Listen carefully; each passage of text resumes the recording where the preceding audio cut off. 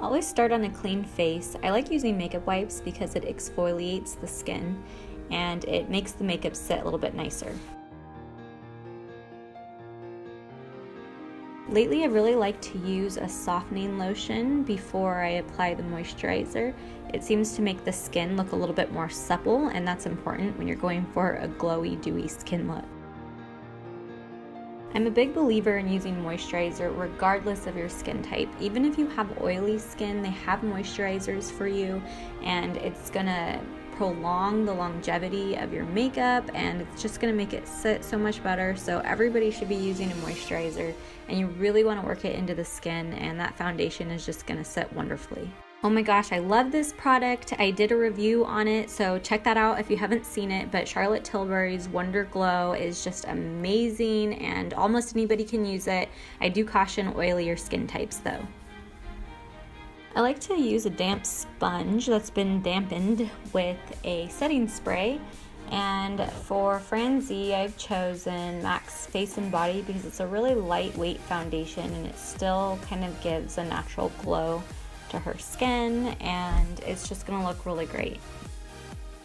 My preferred method of applying foundation is with a sponge. You can choose what you like, but if you have any sort of dry skin and you use any kind of buffing motion, usually that happens with a brush, it's gonna lift up that skin and the foundation is gonna look kind of scaly. So I usually use a sponge because it works well for everything and it just gives it a really natural look.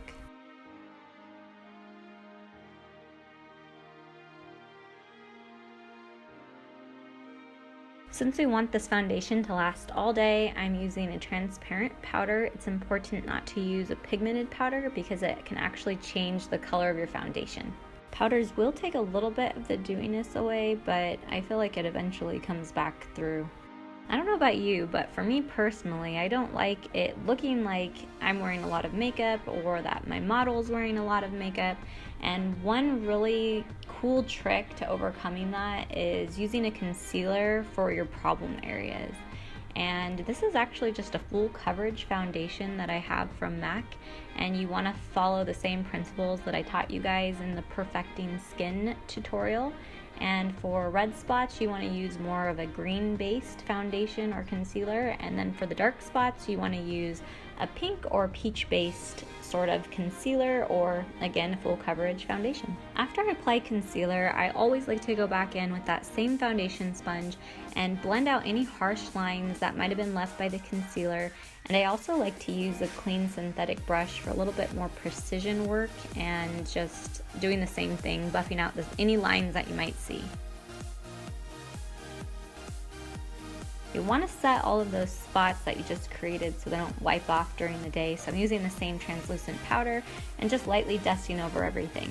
Whenever you use a product to even out your skin tone, it's going to take away some of the natural contour from your face. So you want to make sure that you put that back in. I'm using this blush from MAC and it's called Taupe, and I absolutely love it. I feel like it's not too orange or too red, and so it's just very natural looking. And you can use a cream, of course, if you prefer, but I just like powders better. I'm gonna have a blog post coming out pretty soon that talks about face shape because it's important where you contour and highlight and apply blush, because that can make or break a face type. And for Franzi, she has a very oblong face, so I'm trying to accentuate her cheekbones a little bit, and also you don't want to put too much darkness on the outer corners of the face because that's going to create the appearance of length, and that is not what an oblong face shape needs. I also like to use contouring powder under the jaw just to accentuate some of the pretty angles. I love blush. I don't know how people don't use it, aside from maybe people that have naturally rosy cheeks, but I really like this color by MAC. It's called Peaches. It has more of an orange undertone, but it just makes the skin look naturally flushed, and that's important when doing a natural sort of look.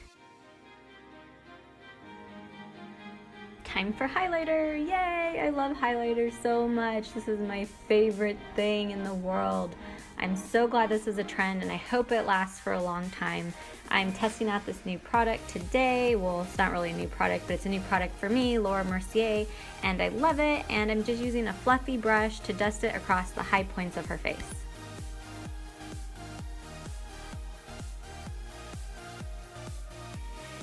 Any pigment that you put on the lips is going to stick to dry skin, so obviously you want to exfoliate and also moisturize the lips. I love Carmex.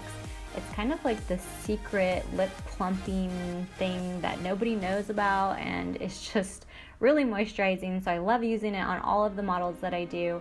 And also for her lips, I've just chosen a really sheer lip color, and it's going to look great.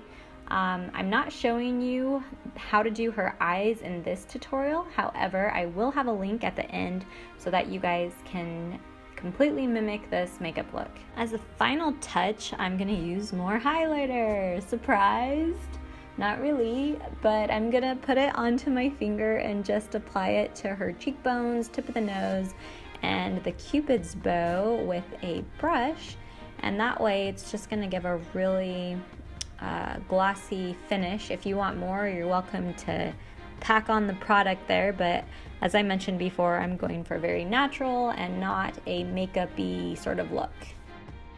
Oh, and I do want to mention that when you're applying a highlighter on your lips, you should be careful not to drag it too far down the lip, because then it starts looking like you're kind of slobbery instead of like you have a nice highlight. So you really just want to keep it close to the Cupid's bow and maybe a little bit off of it, but not too far down. If you like this tutorial, please give it a thumbs up so that way I know. And if you have any questions, or maybe there's something specifically that you'd like me to do, leave it in the comment box below and I'll answer that. Of course, like always, there's more information on my blog. There's a link below for that as well. And as I said, I will include a link to Franzi's eye look, and it is going to be covering hooded eyes. However, if you like the colors, feel free to use that for your own eye shape.